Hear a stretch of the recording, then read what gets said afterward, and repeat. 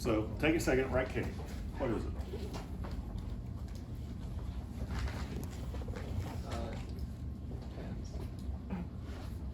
Or C, B gaseous.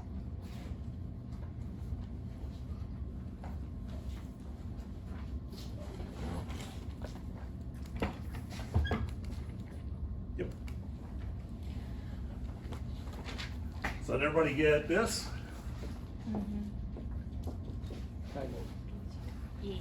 Right? Okay. Well, hold it. What if I have this reaction?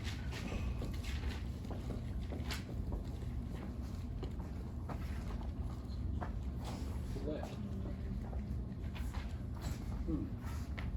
That's going to be, did you notice that that's going to be equal to, Or one of the, yeah. do you see that? So when you turn a reaction around, you're inverting the equilibrium constant, right? So in this case, just to write it out so that people are, right? Let's look at that. Huh. Interesting. Well, what if I have this?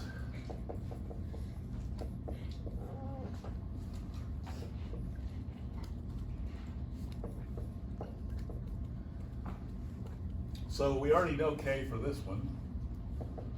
Oh, hold it. It was 2B, wasn't it? There we go. We'll make it 2E over here. So we have, this is going to be what? C over AB squared. And this one would be, E squared over D. that would be E squared over D, right? Right, the product's over here. Yeah. Okay. Okay, let's add them together. So A plus 2B plus D goes to C plus 2E, right? Yeah. What would the equilibrium constant for that reaction be?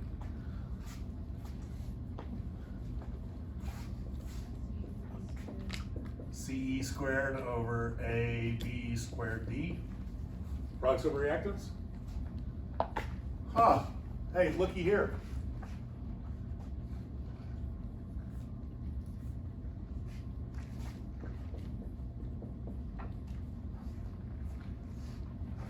CE squared over AB squared D.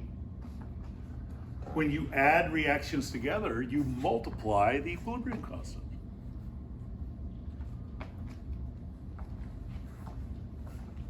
You see that? I take K1 and K2, multiply them together, I get that, which is the K for this reaction. Well, I'll call it K3.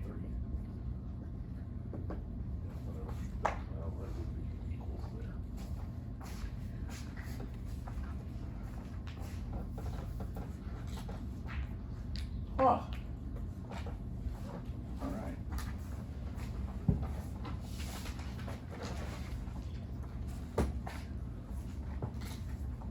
So these are some properties that you get from this. Let's go back to this equation right here. Let's say that at, let's say you start with 0.5 molar. Oh, another thing we should talk about. Do you remember what do we include in equilibrium calculations? What kind of substances do we include in equilibrium constants? Gases and solutions. Solutions And gases. and gases. No solids. Right? No solids, no No solids, no liquids, right? Okay. So equilibrium constants don't have units on them because they're technically what is the concentration relative to a standard state. So if you have 1.5 molar, it's really, we're comparing the reaction of 1.5 molar to 1 molar. And so they cancel out. If we have 1.5 atmospheres, it's a gas, they cancel out. But if we have a pure solid, the concentration of the solid never changes. So it's 1. And that's why we don't have pure liquids and solids in equilibrium, because their concentration never changes. A liquid or a solid's always got the same concentration, and so that ratio works out to be 1, and so we just say, yeah, ignore them. So we just drop them out. But that's why you don't have pure liquids and solids. Okay? The point to make here, well, besides the one about the solids and liquids, the point to make here is that the ratio that everybody has decided on is versus 1 molarity for solutions and 1 atmosphere for gases.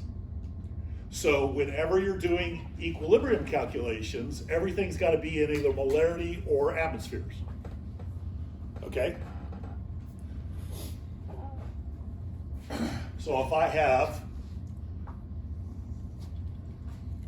aqueous sodium chloride reacting with bromine gas, I'm going to have the aqueous sodium chloride is going to be listed in molarity. My bromine gas is going to be listed in atmospheres. And my equilibrium constant is not going to have any units at all.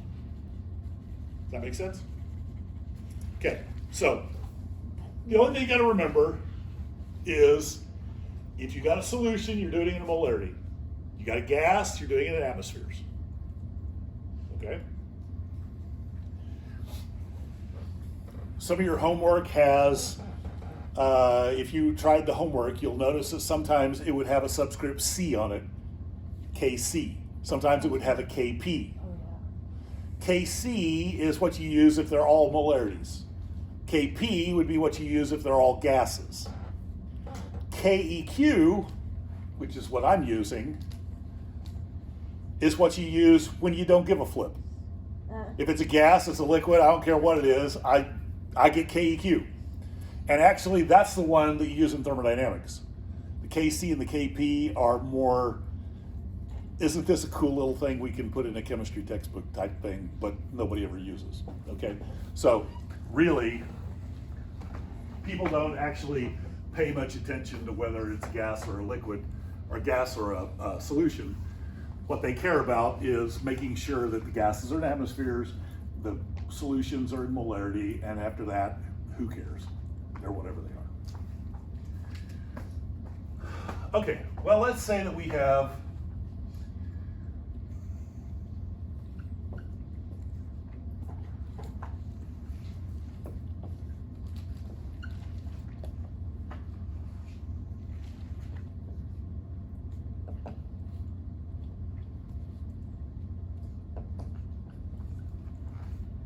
this data right here. Now, my question to you is, A, is it at equilibrium? B, if it's not at equilibrium, which way is it going?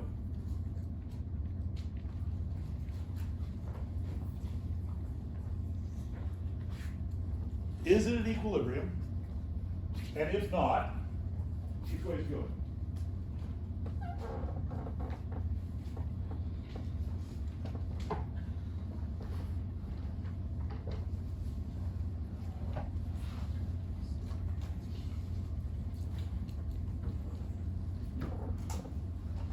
Actually be fairly shocked if it's equilibrium because I just made up numbers and put them out there. So the fact that I accidentally made it equilibrium would be pretty amazing. So I'm guessing it's not at equilibrium. Okay. So if it's not at equilibrium, what do we call equilibrium constants when we're not in equilibrium? Q, right? That's what we used in electrochemistry, right? So we're finding a Q value right now. So we're finding a Q value and we say, wow, okay, this is what the value is, it's not what we want the value to be. So when you solve for Q, so we're going to solve for Q here, and we're going to have, what, 0.3 over 0.5 times 0.7 squared, right? And we get some number. 1.2. 1.2. All right. So it's 1.2, but equilibrium constant is 1.75. How are we going to get that number to 1.75? What do we have to do? Shift towards products. We have to go towards products, right? Yeah. Because we have to raise the numerator and get the denominator smaller, right? And the numerator is products. So notice, if you know the equilibrium constant, and I give you condition A, you can tell me whether we're at equilibrium, and you can tell me which direction it needs to go, right? Because it needs to go, it's always trying to get to that equilibrium constant. So if you're not there yet, you can look at that number and find out where you got to go. Make sense? Yeah. Okay. Okay, let's take it a step further. And hopefully,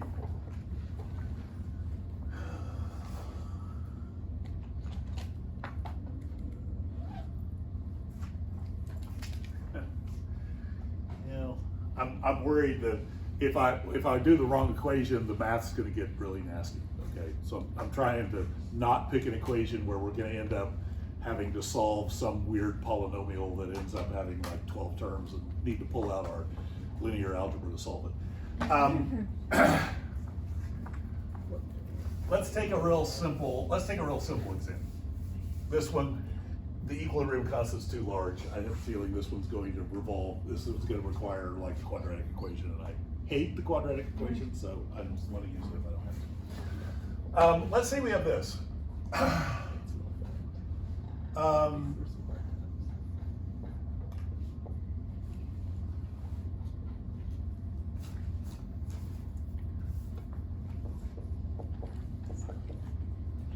Let's say we have this reaction right here.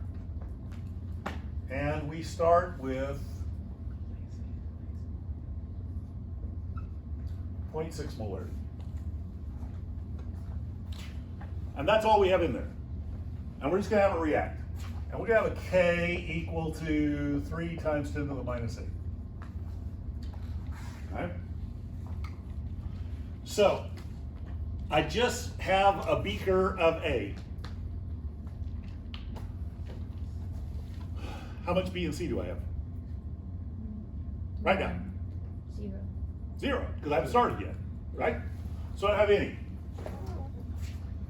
It's crazy. So that's how much I start with. That's my initial. Okay? How much A is going to go away? How much A is going to react? We don't know. I don't know. Oh. And when I don't know, we have 13 years of math classes that tell us when we don't know what we put in there. Variables. A variable. Oh, but not just any variable. What variable are we going to use? Why? Why? Well, you had a weird class. Okay, so X. most of us are going to use X, right? Okay, sure. Could we use Y? Yeah. Shoot, yeah, of I course. would rather not. Let's not. Okay, fine. So what's going to happen? What's going to happen here is this. So I'm going to add X to this. I'm going to subtract X from it because it's going away. Yeah. Okay, well, if X of that goes away, how much this do I get? Plus X. I get X, right? Oh, looky there. That's so exciting. So that means that I have 0.6 minus X, X, and X. But we know the equilibrium constant is products over reactants, right? Which, if we just put those numbers in there instead, is that. And that's equal to 3 times 10 to the minus 8. Yeah. Right? Yep. Can you solve for X? Should be able to. I hope so. Now, formally, so those of you who went out to Google to try to get your problem solved, you probably were looking at a lot of YouTube videos or something like that saying, oh, you need to set up an ICE table. That's a fancy word for, hey, this is how much you start with, this is how much is consumed, this is how much you have at the end. Notice even without that, we're still doing the same thing, right? This is how much you start with, that's how much went away, that's how much you have at the end. But saying it's an ice table sounds cool, so okay, we call it an ice table, but whatever. It's like a lot. It is what it is.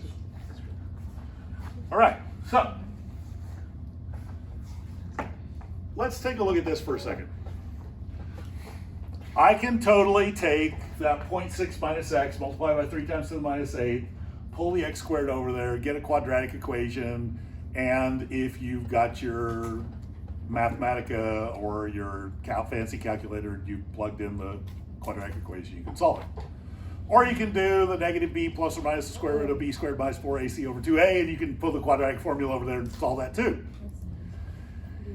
Both of which are option C for me, because I don't want to have to do that if I don't have to. First off, I don't have one of those fancy calculators, and I don't know how to use Mathematica, and I hate the quadratic formula. So there we go. So there's 3 reasons. Okay, option D, which is actually option A, because I'm gonna move the other ones to B through D, is to see whether we can get rid of it. Can we not make this a quadratic? Because that would be the ideal situation. So here's what we're gonna do. I'm gonna make an assumption.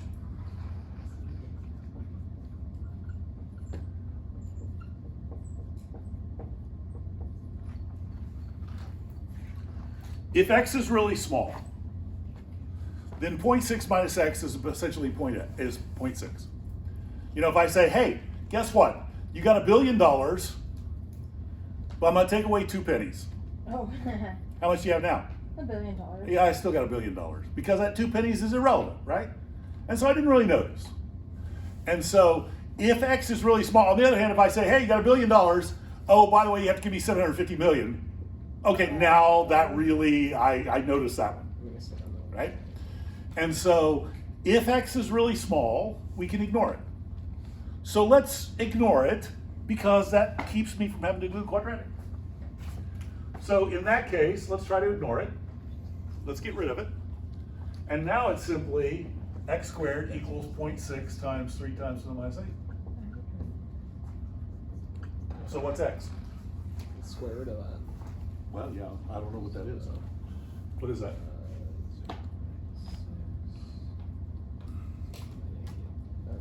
Just 3.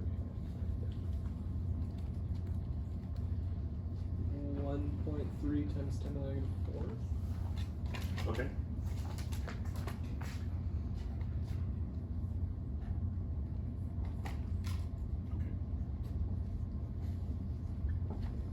Anybody else get that? Okay, cool. Okay. Is if I take 0.6 minus 0.00013, is that still approximately 0.6? Yeah. You see, I have to go to the 4th significant figure to actually get something different than 0.6, right? So it's essentially still 0.6. So my assumption is valid. So I can drop it. It is about 0.6. Okay, somebody's got one of those fancy calculators that'll do the quadratic, or you've got your laptop up to Mathematica or whatever. Somebody who's got that, go ahead and put the numbers in to solve the quadratic, and let's see what you get. Okay, so you have x squared equals 0.6 times 3, whoops. Gotta write it right. 3 times 10 to the minus 8 times 0.6 minus x. Okay? So plug that in the quadratic equation. Let's see what you get.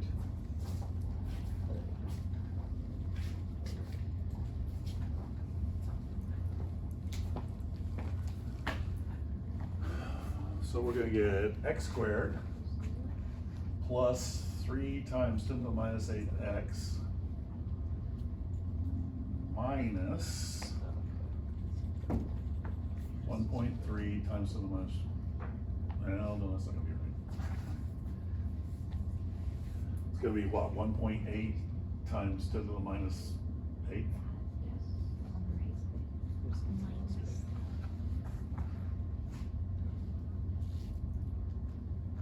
Yeah, I think that's what we get. Okay, so we have our A, B, and C, right? A, B, C. So, I don't know, what do you get? Somebody got their quadratic equation on their calculator? 1.3 times 10 minus 4. You get the same answer. Because that assumption, 0.6 minus x, is essentially 0.6. Now at some point, x is going to get big enough that I'm not going to feel comfortable dropping it anymore. Okay? The absolutely gold standard rule of thumb is if it's 5% of the starting value, then you can't drop it.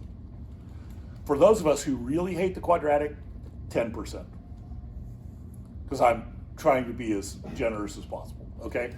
So if it's within 10% of the starting value, if you're subtracting more than 10% of it, then the assumption is going to fail, okay? Between 5 and 10%, you get like a teeny tiny variation. So it'd be like 1.31 versus 1.3. So it's going to be like that. So you'll be able to see it, but it won't still be significant. Okay.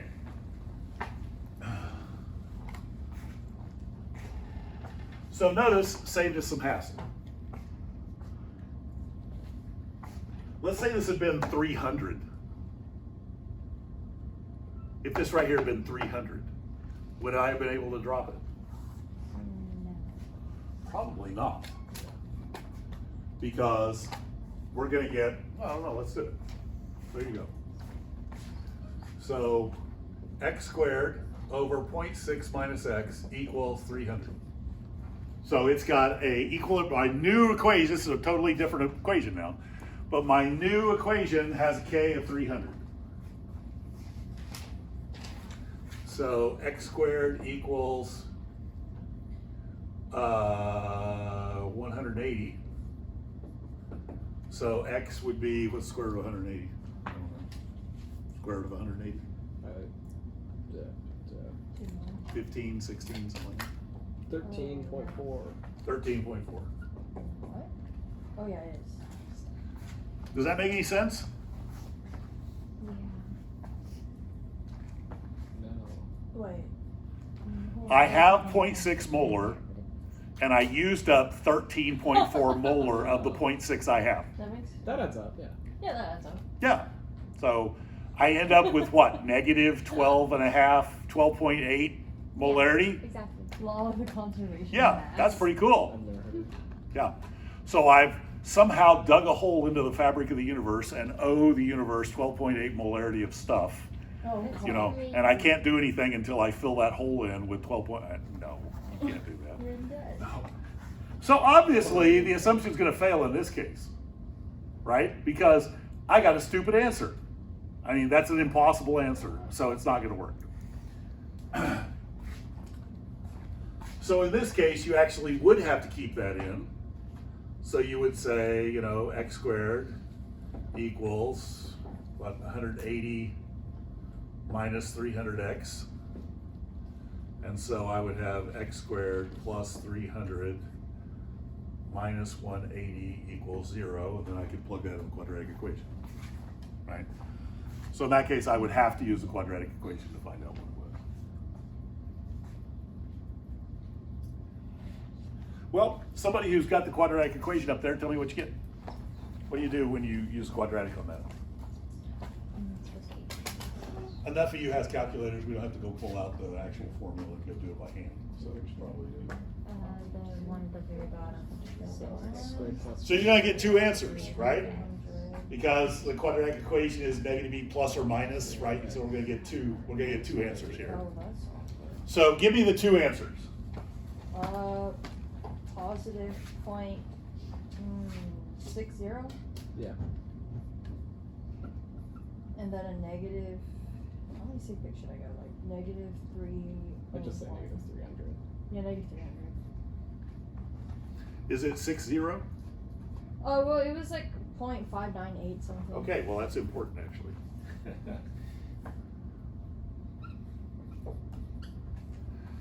Okay.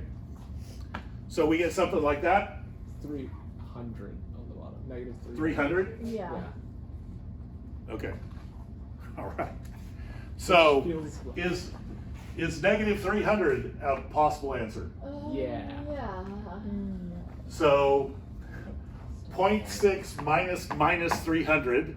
What if we just gave 300 back to So the universe? our reactants just gained 300. So we have a 300.6 molar solution. Yeah.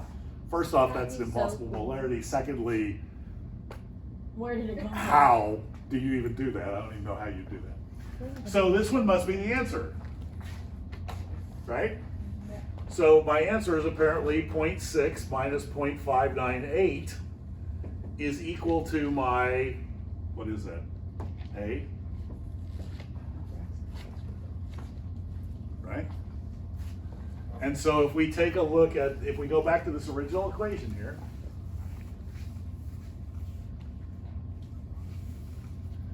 at equilibrium, this is 0.002. No, this one is 0.598 because that's X, right? This is actually this is a different reaction. What am I doing? Which one do I have here? I have A plus B goes to C apparently.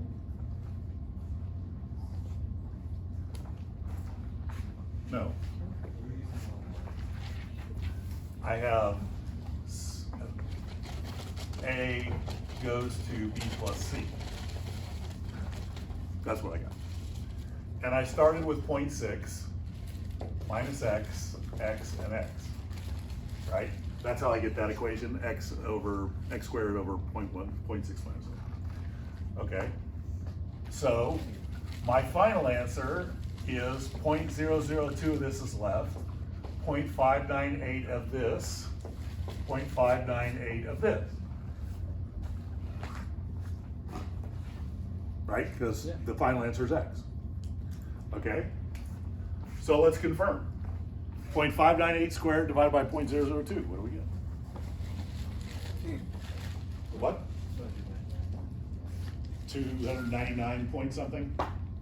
Pretty much 300, which is what it should be, right? Should be 300. There's significant figure issues going on there that we probably have to, to get exactly 300, we're gonna have to take a lot more sig figs. Okay. This is when my K was equal to 300. So notice that's usually what's gonna happen. You're gonna get two answers when you do if you have to do the quadratic, you're gonna get two answers. One of those answers is gonna be stupid, and the other one's not going to. There's only gonna be one answer that's actually gonna work. Usually it's like, one of the answers gives you a negative molarity, something like that, and you can't have that, so that's what's gonna happen. Okay. Now, test time. If test time rolls around, and there's occasions when I write a problem and I go, oh, this is a cool problem, and then I didn't actually work it out ahead of time and I go, oh crap, you gotta use a quadratic. Not all of you are going to have the same kind of calculator. Oh, yeah. Okay? Some of you are gonna be using your little solar powered TI-30. Awesome, that's a great calculator. However, doesn't do the quadratic equation. You have to actually do it by hand. And so if a test rolls around and you end up going, hey, I have to use a quadratic equation, then you set up the you get to here, x squared over 0.6 minus x equals 300. Make the assumption, and you come up x equals 13.4. The assumption fails. At that point, you would say, on the test, the assumption fails, I have to use a quadratic. Now go on to the next problem. You're done. You don't have to actually solve the quadratic. Okay? So if that happens on a test, you do the assumption, you say the assumption fails, I got to use the quadratic equation, it's a test, I don't have time to do it, I'm going on. There we go. Okay? That's it. So. Now, if you want to solve it, you got a calculator that solves it, by just going bop, bop, bop, and it's solved, fine, solve it, I don't care. But you don't have to. All right.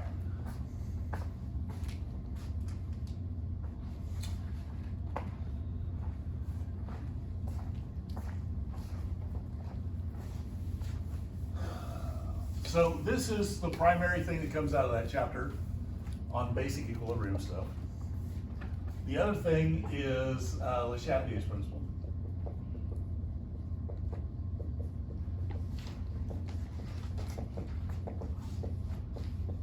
A reaction under stress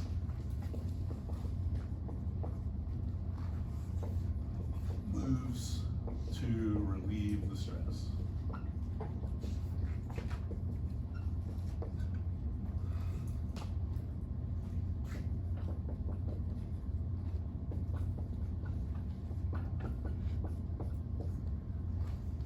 So say we have that.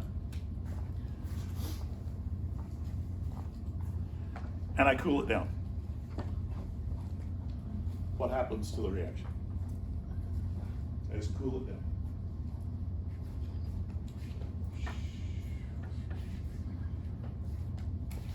What am I doing when I cool something down? Reducing. I'm removing heat, right? Yeah. So which way is the reaction going to go? Towards reactants. It's going to go towards reactants. You see that? Yeah. Because I removed the heat. So as far as Le Chatelier is concerned, what if I add A? What's that going to do? Shift towards products. It's going to shift towards products, right? German. What would water do? Right? Add A, shifts to products. Remove heat, shifts to reactants. Add C, Shifts to reactants. shifts to reactants, right? What would water do? Okay. So as you add more, and if you think about it, I mean, we look at this reaction right here. K would be equal to C over A times B, right? I add C. I now have too much numerator because now this fraction's bigger than K. So it's got to shift this way to get back to K. I take away A. Now this fraction's too big because I just took away from the denominator. So it's got to shift that way. See, it's still, I mean, what I did with the water is a non-mathematical representation of what's going on algebraically, right? Okay. What if I remove A and remove C? Yeah, at that point I need to know how much A did I remove, how much C did I remove. I gotta go do the math, right? Because I don't know. I don't know how it works out. Right? What if I have this reaction? What if it's like, it's a real complicated reaction like that? Okay, now, so we have, what would this be? 4C, and 3B, and 2A. Okay, so now, I remove A. Which way is the reaction going to shift? Yeah. It's still shifting that way. Yeah. Notice it doesn't matter what power I put on there, right? So yeah, it's C to the fourth power, but if I remove C, I'm still shifting that way. I may have a bigger shift than I would have if it was C to the first power, but still, the shift doesn't change.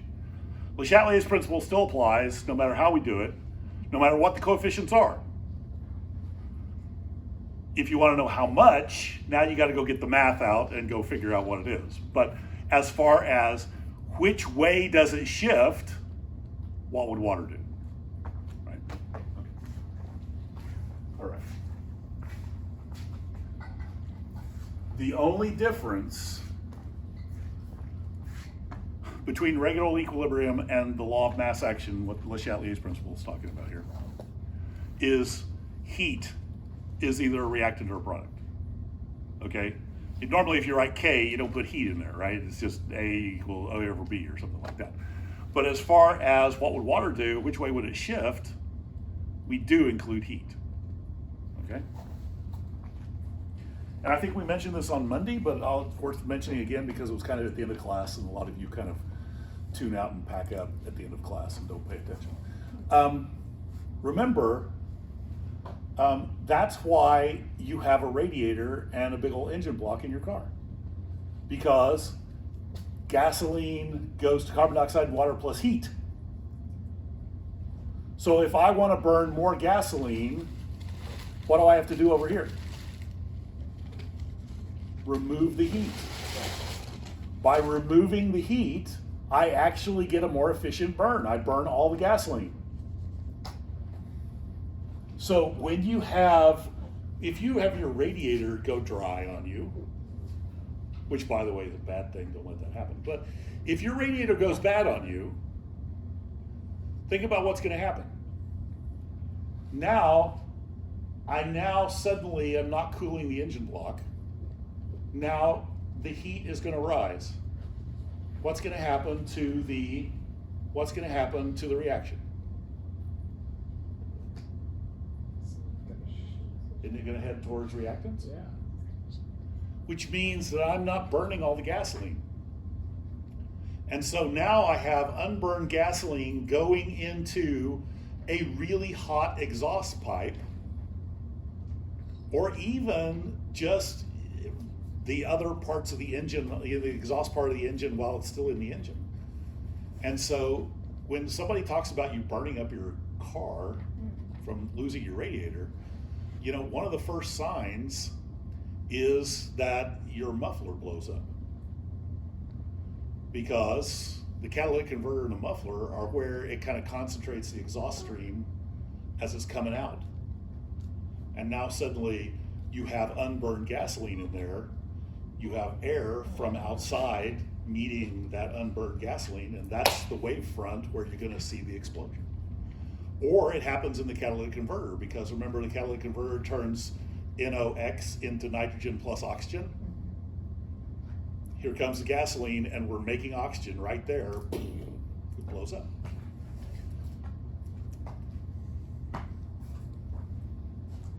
So you're at Quick Trip and you hear a car backfire.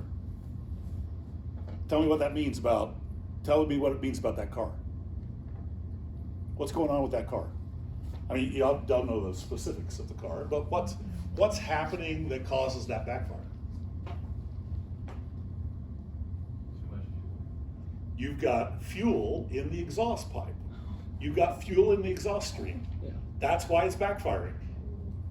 Because you've got fuel in the exhaust stream and you've got a lot of heat, and now you've got oxygen because you're right there by the exhaust. And so, boom, it blows up. So, is that a good thing? No. Despite what many 16-year-old males might say, that's actually a bad thing, okay? So it may sound cool, may go, oh, I got backfires, that's awesome, but you're building up a huge auto repair bill, because you're really screwing something. Okay.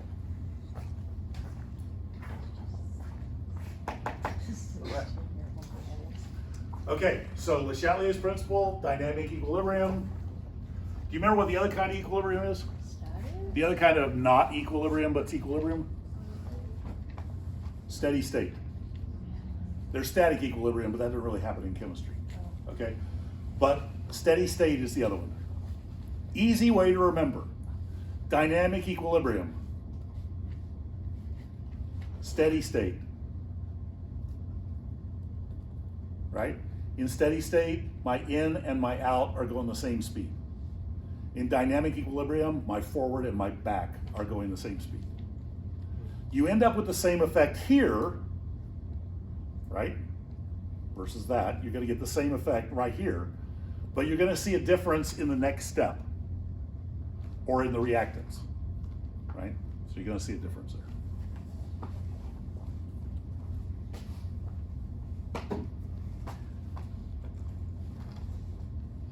That's all there is in that chapter. That's equilibrium. Everything we do for the rest of the semester is going to be based on these basic principles. Okay? So we've done K, C, KP, and KEQ, kind of. But we're never going to actually do KC and KP. I'm just telling you those because those are on the homework problems. But we've got those, but when we start talking about acids and bases, and we start talking about solubility of salts, we start talking about whatever else we're going to talk about, everything else we talk about this semester is based on those principles. products of reactants raise the power of the coefficients, and Le Chatelier's principle, which way does the reaction shift? Okay? So don't get lost in the fact that, oh no, now we're talking about an acid. Big deal. It's still equilibrium. Oh no, we're talking about a salt. I don't care. It's still equilibrium.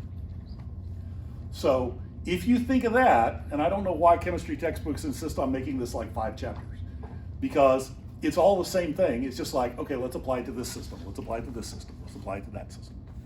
Okay? So that's it. Cool. See you Friday.